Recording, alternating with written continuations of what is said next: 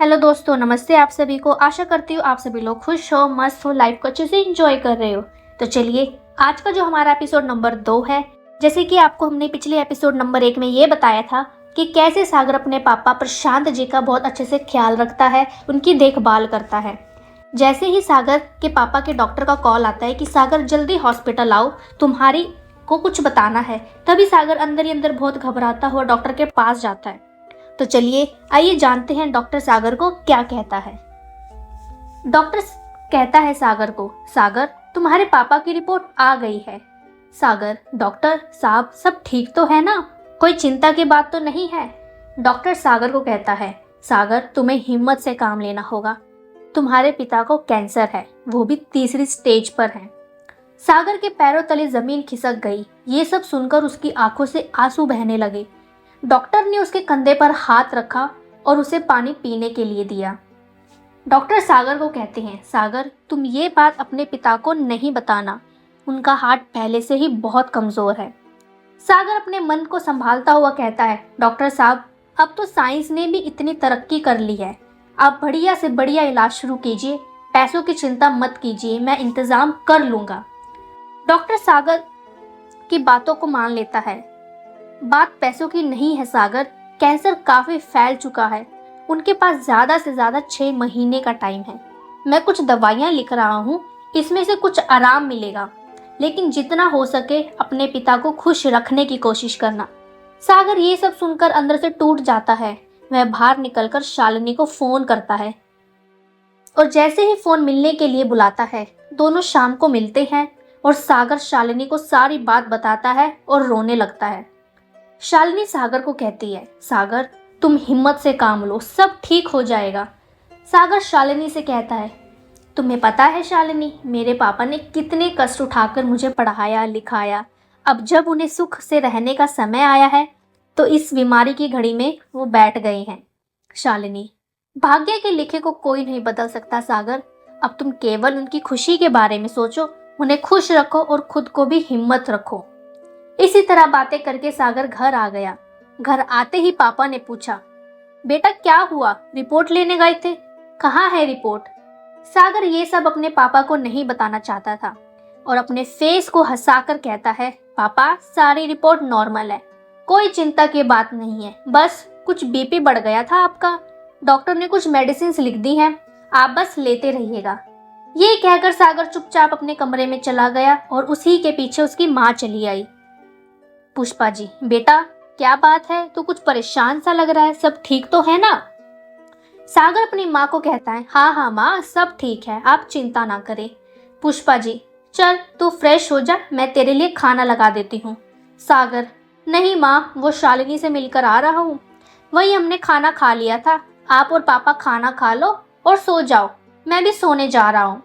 उनके जाने के बाद सागर कमरा बंद करके बहुत देर सोच विचार में ही रहा और ये सब बात पर उसने बिल्कुल भी यकीन नहीं हो रहा था। अगले ही दिन वह घर से ऑफिस जाने के लिए निकला, लेकिन आज उसका ऑफिस जाने का बिल्कुल भी मन नहीं था। इधर एक दिन पहले जब शालिनी घर पहुंची तो उसका मन काफी उखड़ा हुआ था। घर पहुंचते ही उसने देखा उसके पिता हिम्मत लाला जी सोफे पर बैठे हुए थे।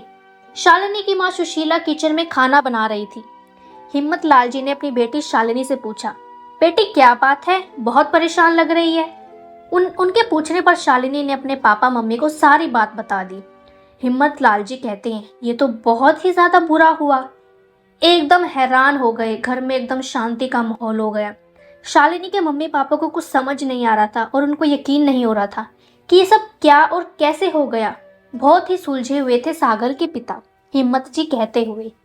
कुछ देर चुप बैठने के बाद उन्होंने आगे कहना शुरू किया, बेटी इस समय तुम्हें सागर का साथ देना चाहिए, वह बहुत तनाव में होगा। तभी सुशीला जी किचन से बाहर आ गई, लेकिन सुशीला जी को इन सब बातों से कोई फर्क नहीं था और कहती है, आप बाप बेटी बस कमाल करते हो, कभी अपने बारे में भी सोचोगे या दूसरों के बारे में ही सोचते रहोगे।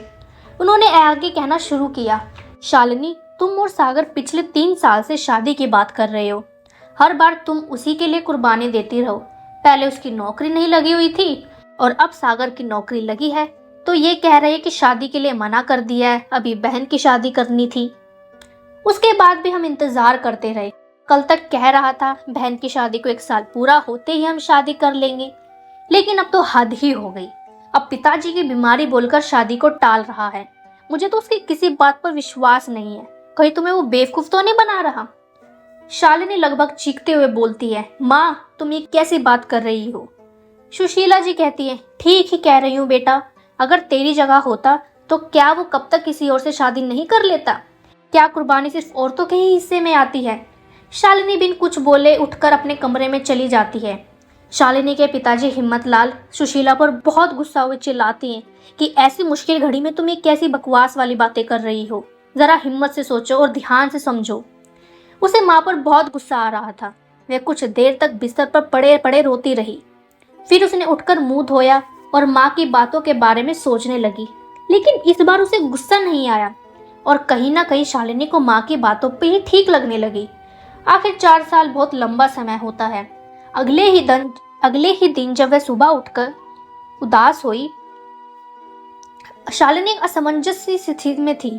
ऐसे में सागर का साथ दे या अपने भविष्य के बारे में सोचे, वह ये फैसला ही नहीं कर पा रही थी। इसी कश्मकश के बीच सागर का फोन आ गया।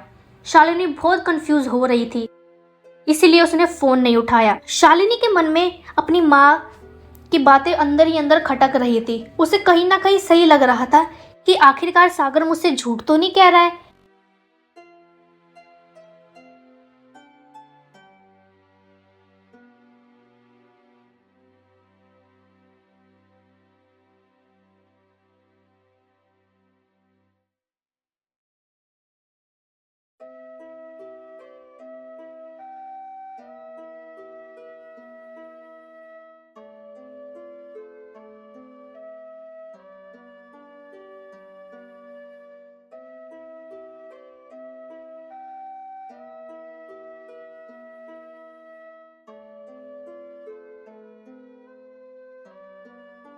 यही सब बातें शालिनी के मन ही मन बहुत उलझा रही थी।